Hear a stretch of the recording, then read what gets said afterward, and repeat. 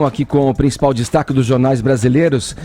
Nessa quinta, o STF aprovou ontem uma proposta orçamentária que prevê reajuste salarial de 16% a todos os brasileiros de bem que acordam cedo e ganham até 4 salários mínimos. Olha, bem que eu queria que essa notícia fosse verdade, infelizmente ela é pura fake news, né? Querem saber qual é a notícia verdadeira agora? Quem conta pra gente é o nosso correspondente, nossos olhos e ouvidos na capital federal, Zé Maria Trindade. Bom dia pra você aí em Brasília, Trindade. Bem que seria muito bom se fosse verdade o que eu acabei de dizer aqui, né? Brincando, Zé. Pois é. Edgar, a máxima aí é a seguinte: farinha pouca, meu pirão primeiro, né? É isso aí. Esse aumento salarial, os ministros se reuniram ontem no gabinete da presidente, a ministra Carmen Lúcia, para discutir aumento salarial deles próprios. É como se aqui no estúdio vocês se reunissem e decidissem, olha, nós vamos definir aqui qual será o nosso reajuste salarial. Um ministro do Supremo hoje ganha R$ 33.700. Com esse reajuste de 16 e alguma coisa, 34%, iria para R$ 39 mil. O problema é que esse é o teto salarial para os servidores públicos, né? Os servidores públicos federais. E isso, se houver o aumento para os ministros do Supremo, puxa também os salários dos ministros dos tribunais superiores, dos deputados, dos senadores e de vários funcionários aqui que recebem pelo teto, ou seja, R$ 33.700. E não para por aí, há uma cascata. Os desembargadores também receberão aumento, juízes, enfim. Aí a situação se complica. E vem esse aumento exatamente no momento em que o presidente Michel Temer discute com a equipe econômica sobre o reajuste para o ano que vem dos servidores civis. E aí o rombo é muito maior, em torno aí de 7 bilhões de reais só para os servidores. E no momento em que o governo tenta cortar 20 bilhões de reais. Agora, a novidade que eu trago para vocês é de que ontem no Congresso Nacional, alguns líderes já estavam discutindo a ideia de evitar esse reajuste. Tudo bem, o Supremo pode definir o seu próprio orçamento, mas ele tem que ser aprovado pelo Congresso Nacional. E aí, entre deputados e senadores, é possível mudar, retirar ou diminuir esse reajuste salarial para os ministros. E, Edgar, esse orçamento é para o ano que vem. É o primeiro orçamento, o primeiro ano do futuro presidente da República, que a gente nem sabe quem é e já estão gastando por conta lá. Viu? Já estão gastando por conta. E para ficar na tua brincadeira gastronômica, afinal hoje é dia de Eric Jacan aqui no programa, você falou farinha pouca, meu pirão primeiro, né? Ou então aquela famosa também, puxando a brasa pra minha sardinha, né? Ô Joel, vou te passar... Fala, Caio. Posso levantar uma bola antes de você levantar a bola aí pro Joel, pro Zé Maria? Vai lá. Ainda não está aprovada, tem que ser passada essa medida pelo Congresso, autorizado pelo Congresso, para depois ser sancionado pelo presidente. Tem alguma chance de passar pelo Congresso com esses esforços que o governo tem feito para cortar na própria carne? Né? Se cair, aliás, vai para lá, né? Já foi aprovado, 7-4. Se cair lá, passa ou não passa isso? O que você acha? Caio, existe um grupo de pressão muito forte aqui, uma bancada muito expressiva de representantes de servidores públicos. Há quem diga aqui que eles sequestraram o Estado.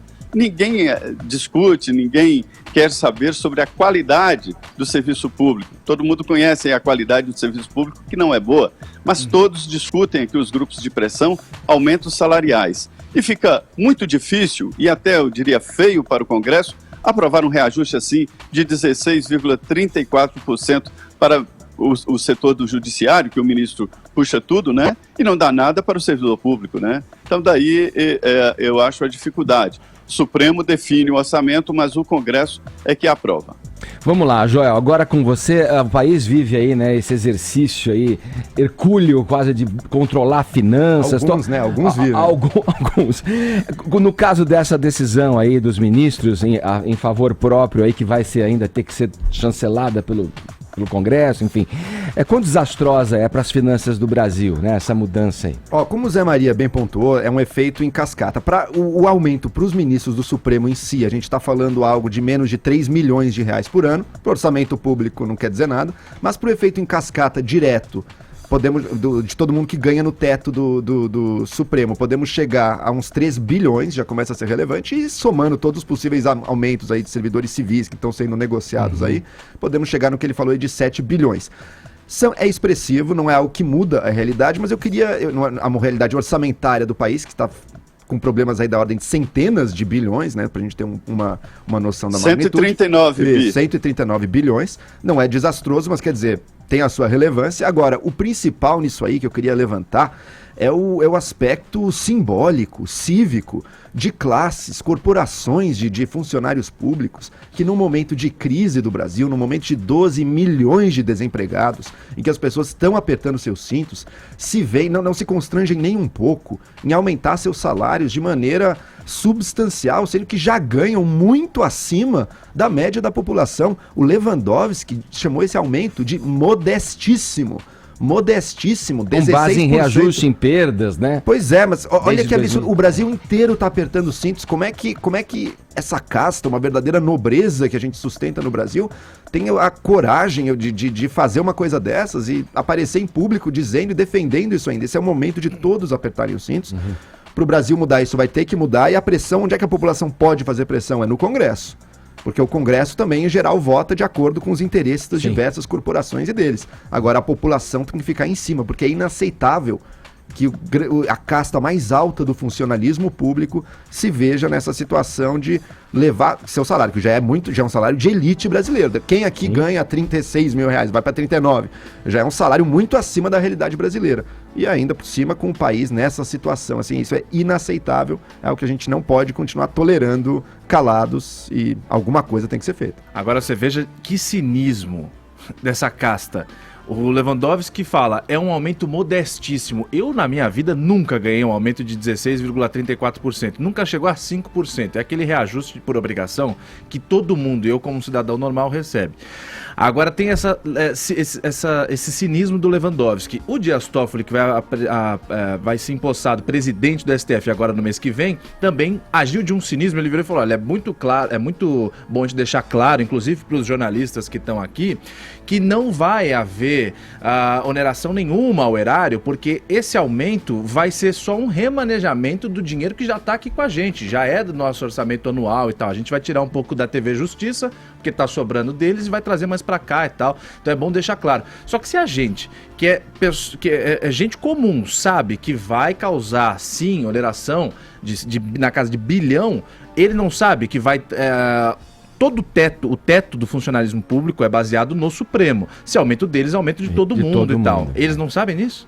Ô Trindade, foram 7-4, foi 7-4, né, o resultado do placar final, né? Eu me lembro aqui ouvindo inclusive matéria da Jovem Pan, o Celso de Mello, a ministra Carmen Lúcia, então presidente, né, ainda presidente do STF, e o Fachin, me fugiu um outro que votou contrário a essa decisão do aumento aí. Pois é.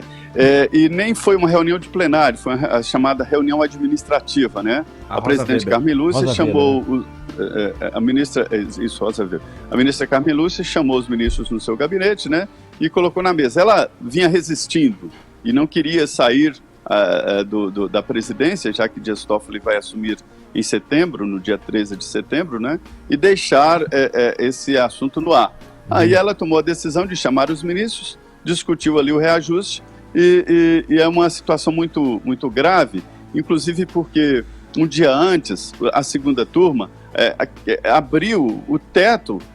Esse teto no serviço público de salário de ministro, ele é citado 2 vezes na Constituição. Define claramente que ninguém no serviço público pode receber mais do que ministro do Supremo Tribunal Federal. E não satisfeito no corpo da Constituição, nas disposições transitórias, no artigo 17, o Constituinte voltou a dizer que ninguém pode receber mais do que o teto, inclusive se houver algum funcionário recebendo, não tem direito adquirido e retorna ao teto. Veja bem a insistência. Mesmo assim, a segunda turma autorizou o pagamento de auxílio-voto para desembargadores de São Paulo, né? O que extrapola em 80 mil reais, em até 80 mil reais, o teto. Então, há uma pressão muito forte. Eu acho que um país em que a elite é de funcionário público tem alguma coisa errada, né? Tá certo. Obrigado pelas informações, Trindade. Um abraço para você. Bom trabalho aí em Brasília.